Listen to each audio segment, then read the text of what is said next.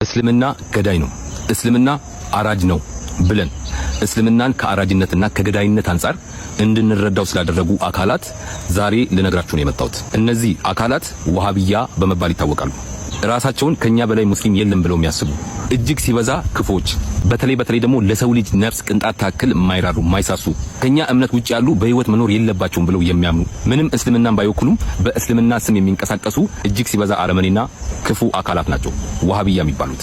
በመጀመሪያ ለኢስላም ያለህን ጥላቻ ጨለማ የወረሰውን አስተሳሰብክን በድፍን ጥላቻ የተሞላ ልብህን የምታረካበት እድል ያገኘህ መስሎህ ከሆነ ለኢስላም ያለህን ጥላቻ የምትገልጽበት እድል ያገኘህ መስሎህ ከሆነ እጅግ በጣም ተሳስተሃል። ልክ እንዳንተ ውስጣቸውን በቆሻሻ ሞልተው ባፋቸው ቆሻሻን የሚተፉ ወገኖች እንዳሉ ከሁሉም በፊት አላህ ስለነገረን ይህን ያክል መድከምና ይህን ያክል መልፋት አይጠበቅብህም። ማንነታቸውን እናውቃለን። እናንተንም እኛንም ዓለምን በአጠቃላይ የፈጠረው አላሁ ሱብሓነሁ ወተዓላ ማንነታችሁን ነግሮናል። ማንነታችሁን ጠንቅቆ የሚያውቀው የውስጥ አዋቂ የሆነው ታላቁ አላህ ሱብሓነሁ ወተዓላ በአፋችሁ የምትናገሩትን ቀርቶ በውስጣችሁ ምን እንደምታስቡ አላህ ያውቃል። ይህንንም ለሙስሊሞች ለአቅል ባለቤቶች አላህ ግልጽ አድርጎ ተናግሯል። የሚያስተነትን ካለ ያስተነትን ዘንድ ማለት ነው። ስለዚህ የተለያዩ ክፍተቶችን እየተጠቀምክ በቆሸሸ አፍህ የሰውን እምነት ባታቆሽሽ መልካም። በማስረጃ ሰዎችን መሞገት ትችላለህ።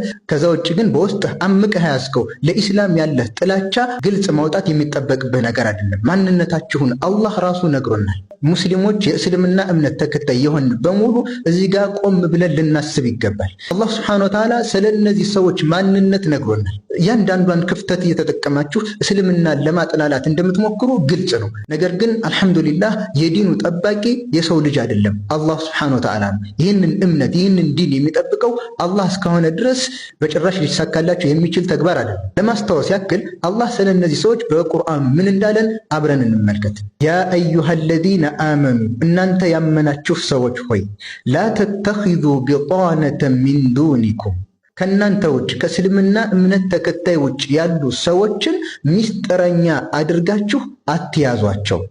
ላ የእሉነኩም ኸባለን በእናንተ ላይ የሚጎዳን ነገር ከማድረስ ጭራሽ የሚወገዱ ሰዎች አይደሉም። በዚህም ላይ በቻሉት አቅም ትልቅን ትግል ያደርጋሉ። እዛም አላህ ምን አለ?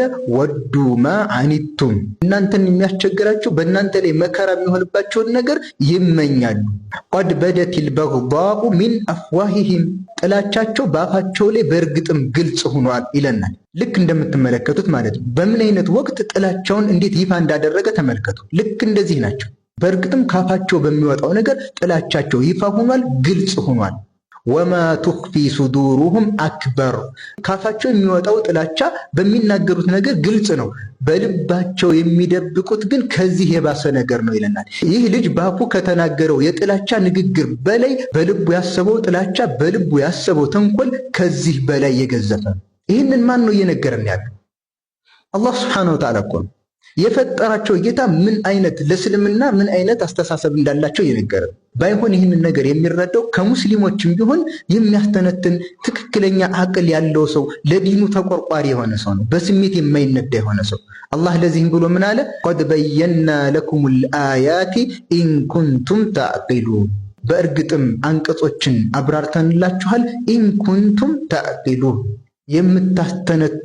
የምታስተነትኑ የምታገናዝቡ እንደሆናችሁ። ነገር ግን እኛ እያገናዘብን ነው ወይ ብለን ስንመለከት በጣም የሚያሳዝን ሁኔታ ትመለከታላችሁ። ይህ ግለሰብ እንደምትመለከቱት ክፍተትን ተጠቅሞ ለኢስላም ያለውን ጥላቻ እንደዚህ አድርጎ ይፋ ተናገረ።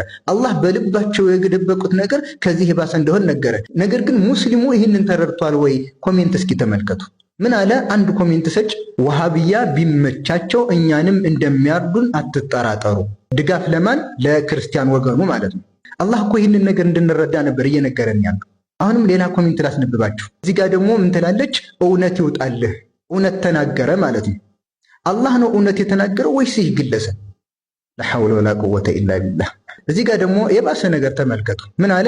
በዚህ አጋጣሚ ክርስቲያን ወንድሞቻችን የወንድምነት ልክ አሳይታችሁናል፣ እናመሰግናለን። ከማን ጋር ነው ወንድምነቱ? በአፋቸው የጥላቻ ንግግር ግልጽ ሆኗል፣ በልባቸው የደበቁት ደግሞ ከዚህ በላይ ነው ብሎ የተናገረላቸውን ሰዎች ወንድሞቻችን ብሎ ይገልጻቸዋል።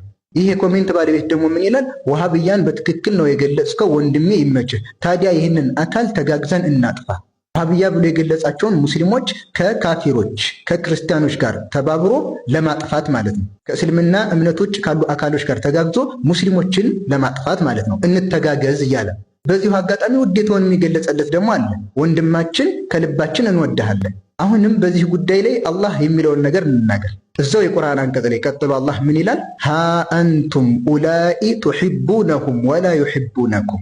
እናንተ ሆይ እናንተ እኮ እነሱን ትወዳላችሁ፣ እነሱ ደግሞ እናንተን አይወዷችሁም። ከልባችን እንወድሃለን ብለህ ትገልጻለህ፣ እሱ ደግሞ አንተን አይወድህም።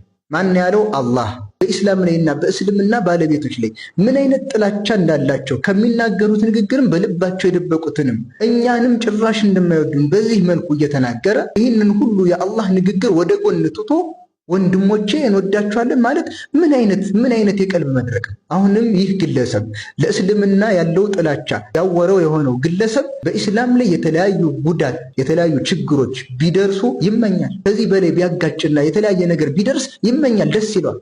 ይህንንም አላህ ነው የነገረን። እዛው የቁርአን አንቀጽ ቀጥሎ አላህ ምን ይላል? ኢን ተምሰስኩም ሐሰነቱን ተስኡሁም። እናንተን የሆነ መልካም ነገር ቢያገኛችሁ ጥሩ ነገር ቢያገኛችሁ እነሱን ይከፋቸዋል። ወኢን ቱሲብኩም ሰይአቱን የፍረሑ ቢሃ። መጥፎ ነገር ቢገጥማችሁ፣ አደጋ ቢገጥማችሁ፣ ችግር ቢገጥማችሁ፣ መከራ ቢገጥማችሁ ይደሰታሉ። ጉዳትህ የሚያስደስተው የሆነን አካል መልካም ነገር ቢያገኝህ የሚያስከፋው የሆነን አካል እወድሃለሁ ያልክ ትገልጻለህ። ከእናንተ ጋር እንተባበራለን እያልክ ትናገራለህ። ስለነዚህ ሰዎች ከአላህ በላይ ማን ይንገር? ጅብሪል ወሕይ ይዞ እንደገና ይወረድልን። አላህ አሁንም ምን አለ? ወኢን ተስቢሩ ወተተቁ ላ የዱሩኩም ከይዱሁም ሸይአ። ነገር ግን ይህን ያህል ጥላቻ አላቸው ሲባል ይህን ያህል ሸር አላቸው ሲባል የሚያስፈራን ነገር እንደሌለ አላህ ነገረን። ብትታገሱ፣ ሶብር ብታደርጉ፣ ብትታገሱ፣ ወተተቁ አላህንም ብትፈሩ ላ የዱሩኩም ከይዱሁም ሸይአ። የእነሱ ሴራቸው ማሴራቸው ተንኮል መጠንሰሳቸው ጭራሽ ሊጎዳችሁ አይችልም። አልሐምዱሊላህ የፈለገ ቢሞክሩ በኢስላም ላይ ጉዳትም ሊያደርሱ አይችሉም። በኢስላም ላይ ቅንጣት ታክል ነገር ማድረስ የምትችሉት ነገር እንደሌለ አላህም ነግሮናል፣ ከልባችንም እናምንበታለን። ነገር ግን መልእክቴ ለሙስሊሞች በኢስላም ላይ መርዛቸውን ለመርጨት ለሚሞክሩ አካላት በርን ባንከፍት መልካም። በጣም የገረመኝ መጨረሻ ላይ የተናገረው ንግግር ሳይሰሙ ወሃቢያ ምናምን ስላለላቸው ብቻ ይህንን ነገር ግጭት የሚቀሰቅስ ነገር መሆኑን ስለተረዳ ተጠቅሞታል። ይህንን ነገር ስለተናገረላቸው ብቻ እንደምትመለከቱት እንወዳለን ከጎናችሁ ነን ምናምን እያሉ ጽፈውለታል። መጨረሻ ላይ ባቀረበው ሐሳብ ትስማማላችሁ? የእስልምና ሃይማኖት እንደማያዋጣ አውቃችሁ ከዚህ ነገር ተመለሱ ብሏል። በዚህ ትስማማላችሁ? ተስፋ አደርጋለሁ ከዚህ ቪዲዮ በኋላ ስለ እስልምና እምነት ያላችሁን አስተሳሰብ ትቀይራላችሁ ብዬ አስባለሁ። በነገራቶች ላይ ስሜታዊ ሆነን የምንናገራቸው ነገሮች በዲናችን ላይ በእምነታችን ላይ ትልቅ አደጋ የሚያመጡ ነገራቶች ስለሆኑ ቀስ ብለን የምንናገረውን ነገር በማን ላይ የምንናገረው የሚለውን ነገር ማስተዋል ይጠበቅብናል። ወሰላሙ አለይኩም ወራህመቱላሂ ወበረካቱ።